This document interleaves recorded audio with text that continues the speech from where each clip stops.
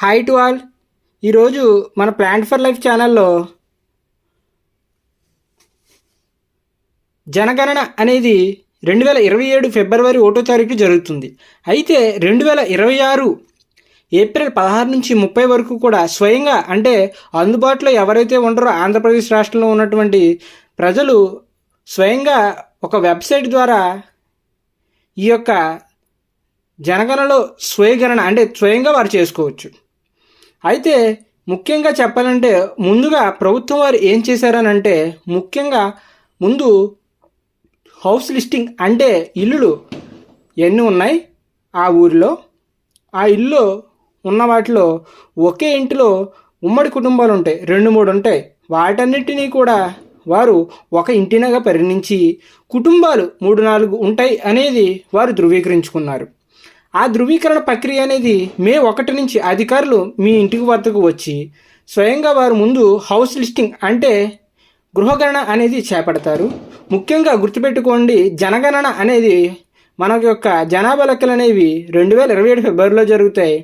ముందుగా ఇల్లులు ఎన్ని ఉన్నాయని తెలియడం కోసం ఒక బేసిక్ డేటా అనేది ఉండడం కోసం మే 1 నుంచి ఆంధ్రప్రదేశ్ నందు మీ ఇంటికి వచ్చి వాళ్ళు ఇంట్లో ఎంతమంది ఉంటారో కుటుంబాల యొక్క వివరాలను తెలుసుకుంటారు. అయితే ఇందులో మీ భాగం ఏమిటి అని అంటే ఎవరైతే అందుబాటులో ఉండరో వారికి ప్రభుత్వం వారు ఏప్రిల్ 16 నుంచి ఏప్రిల్ 30 వరకు కూడా ఒక గడువుని నిర్ణయించి స్వయంగా వారి యొక్క వివరాలు నమోదు చేసుకునే ప్రక్రియ అనేది చేపట్టింది. ఇది ఏ విధంగా చేసుకోవాలి అనే విషయం పైన మన ఛానల్లో వీడియోలు కూడా తయారు చేయడం జరిగింది.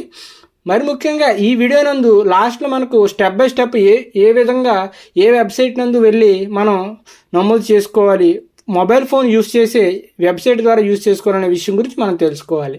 అదేవిధంగా వారి యొక్క సెల్ ఫోన్ ద్వారా ఈ నమోదు అనేది చేసుకోవచ్చు. ముఖ్యంగా ఏప్రిల్ 16వ తారీఖున మనం చూసుకున్నట్లయితే జిల్లా స్థాయి అధికారులకు మరియు రాజకీయవేత్తలకు మరియు ఇతరితర సిబ్బందికి అంటే ఎవరైతే మనకు ప్రజలకు ఎప్పుడు అందుబాటులో ఉండేటటువంటి వివిధ స్థాయి అధికారులు ఒక్కొక్క తేదీన ఒక్కొక్కరు, ఉదాహరణకు 23 ఏప్రిల్లో మనం చూసుకున్నట్లయితే ఒకళ్ళు, 27 ఏప్రిల్లో దుకాణాలు కూరగాయలు అమ్ముకునేవారు, బ్యాంక్ సంస్థలు, 28వ తారీఖు స్వయం సహాయక సంఘాలు, అదేవిధంగా మనం పోలీస్ సిబ్బంది అందరూ కూడా 29వ తారీఖు అంటే ప్రత్యేకించి వారు విధుల్లో పనిచేసేటువంటి వారు అవగాహన కల్పించడానికి ముందుగా వారు స్వయగణన అంటే వాళ్ళకు వారుగా చేసుకోవడానికి ఈ స్వీయ గణన అనేది ఉపయోగపడుతుంది. అయితే ఇది చేసుకున్న తర్వాత ఎవరికి వారు చేసుకున్న తర్వాత ఒక ఐడి అనేది క్రియేట్ అవుతుంది.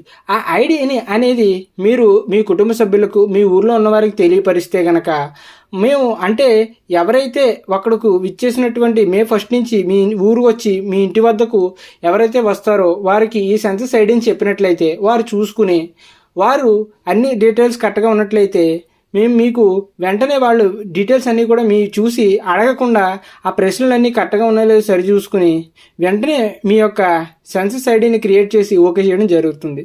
మనం చూసుకున్నట్లయితే ఈ వీడియో నందు ముందుగా మనకు రిజిస్ట్రేషన్ ఏ విధంగా చేసుకోవాలి, యూజర్ ఐడి పాస్పోర్ట్ను ఏ విధంగా క్రియేట్ చేసుకోవాలి, ఇది చాలా సులభమైన ప్రక్రియ. తమ యొక్క ఫోన్ నందు సైన్ ఇన్ అయి మొబైల్తో ఓటీపీ వచ్చిన వెంటనే మనకు యూజర్ ఐడి పాస్వర్డ్ వస్తుంది. దాని యందు కుటుంబాలను వివరాలు నమోదు చేసుకోవచ్చు. మరి ముఖ్యంగా మనం చూసుకున్నట్లయితే చాలామంది సభ్యులకు వచ్చే డౌట్స్, కొత్తగా మ్యారేజ్ అయిన వాళ్ళు సపరేట్ కుటుంబం అంటే అవును సపరేట్ కుటుంబమే. ఇంకో విషయం ఏమిటి అని అంటే మేము ఇన్కమ్ ట్యాక్స్ కడుతున్నాం, మేము మా భార్య మా నాన్నగారు ఇప్పుడు సపరేట్గా ఉంటున్నారు, సపరేట్గా చూపించుకోవాలంటే పెళ్ళైన వారందరూ కూడా సపరేట్గా చూపించుకోండి. ఎవరైతే ఇన్కమ్ ట్యాక్స్ కడుతున్నారు లేదు వివిధ ప్రభుత్వ సంఘాల్లో పనిచేస్తున్నారు వారు కూడా నిర్భయంతంగా వారి యొక్క కుటుంబ వివరాలను నమోదు చేయొచ్చు. ఇది కేవలం ఒక జనాభా లెక్కలు మరియు ఎన్ని కుటుంబాలు ఉన్న విషయం తెలుసుకోవడం వరకు మాత్రమే. దీనికి ప్రభుత్వ పథకాలకు ఎటువంటి సంబంధం ఉండదు. కావున మీ యొక్క డేటాను ఖచ్చితంగా స్థిరంగా మంచి డేటాను ఏ తప్పులు లేకుండా ఫిల్ చేసినట్లయితే మీకు ఇబ్బంది లేకుండా ఉంటుంది. ఒక రిఫరెన్స్ అనేది వచ్చిన తర్వాత ఆ నెంబర్ ద్వారా మీరు భద్రపరుచుకున్నట్లయితే వ్యక్తులు మీ దగ్గరికి వచ్చినప్పుడు ఆ సర్వే చేసేటటువంటి సిబ్బంది మీ దగ్గరికి వచ్చినప్పుడు వాళ్ళకి ఐడి చెప్పినట్లయితే మీ ప్రక్రియ అనేది మరింత సులభంగా జరుగుతుంది. మరి ముఖ్యంగా చాలామందికి చాలా స్వీకరణ చేసుకునేటప్పుడు డౌట్లు వస్తూ ఉంటాయి. మన ఛానల్ నందు మీరు ఈ వీడియోలో కామెంట్స్ పెట్టినట్లయితే మీకు వెంటనే రిప్లై ఇచ్చి మీ యొక్క డౌట్స్కు క్లారిఫై చేస్తూ ఉంటాను. మరిన్ని వీడియోలు మన ఛానల్ నందు ఈ స్వీయ గణన అనేది చేసుకునేటప్పుడు కుటుంబ సర్వే ఏ విధంగా చేస్తారనే విషయాలపైన వీడియోలు